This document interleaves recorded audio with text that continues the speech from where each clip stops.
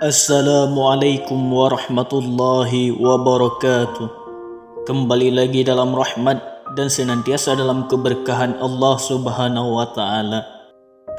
Mendengar tentang keberkahan, tentu saja kita semua ingin mendapatkan keberkahan daripada Allah Subhanahu wa Ta'ala. Namun oleh sebab itu, marilah kita simak kisah berikut ini. Namun sahabat berkah, sebelum berlanjut, marilah kita tekan tombol like, subscribe dan lonceng notifikasinya agar semakin bermanfaat. Amin ya rabbal alamin. Pada kesempatan kali ini kita akan membahas tentang kisah hilangnya keberkahan ilmu anak karena perilaku buruk orang tua terhadap gurunya.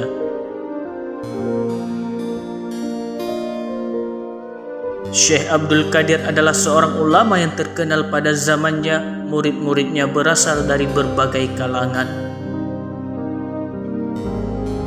Ada anak orang kaya, ada anak penguasa, ada juga anak pedagang dan anak-anak orang yang miskin. Di madrasah Syekh Abdul Qadir tidak ada diskriminasi, semua murid diperlakukan sama. Di madrasah Syekh Abdul Qadir diperkenalkan ilmu dan lebih diutamakan adab, termasuk adab kepada guru yang dijunjung tinggi. Termasuk adab yang diajarkan adalah bagaimana murid berhikmat dan meraih keberkahan dari gurunya. Sebuah kebiasaan bahwa ketika sang guru sedang menyantap makanan, maka murid-murid tidak ada yang ikut makan sebelum gurunya selesai. Ternyata ada tradisi meraih berkah ilmu dengan memakan sisa makanan gurunya. Syekh Abdul Qadir paham hal tersebut sehingga ia selalu menyisakan makanannya untuk diambil oleh murid-muridnya.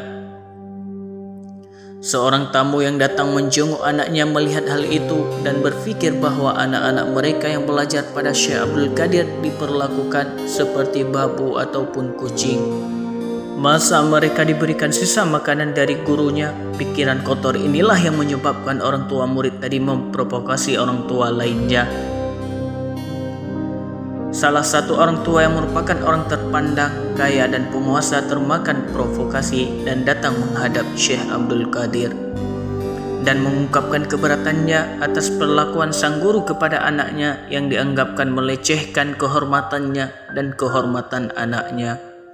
Maka terjadilah dialog sebagai berikut. Wahai Tuan Syekh, saya mengantarkan anak saya kepada Tuan Syekh bukan untuk jadi pembantu atau dilakukan seperti kucing.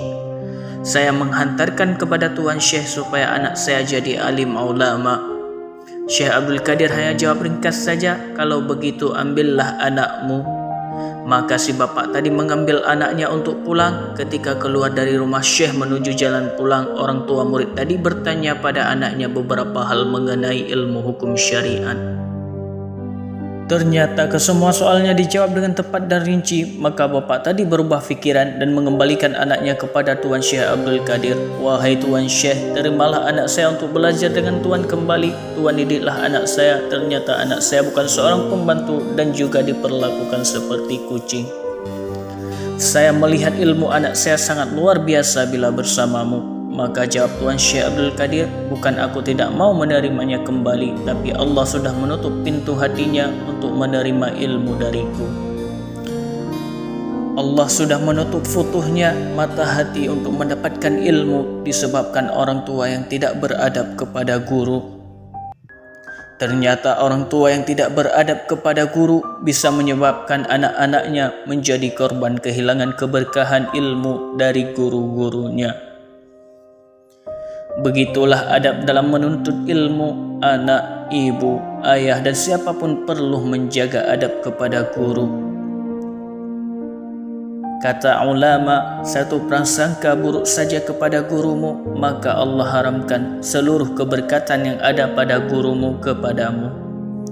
Kisah ini adalah refleksi untuk para orang tua siswa. Sia-sialah kita menyekolahkan anak kita kalau pada akhirnya ilmu yang diperolehnya tidak berberkah.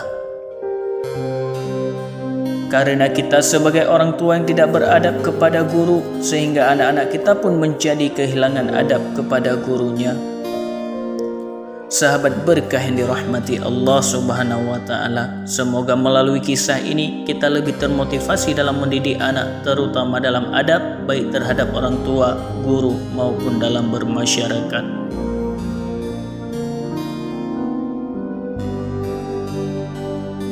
Sekian sahabat berkah yang dirahmati Allah, semoga kita senantiasa dalam rahmat Allah. Wassalamualaikum warahmatullahi wabarakatuh.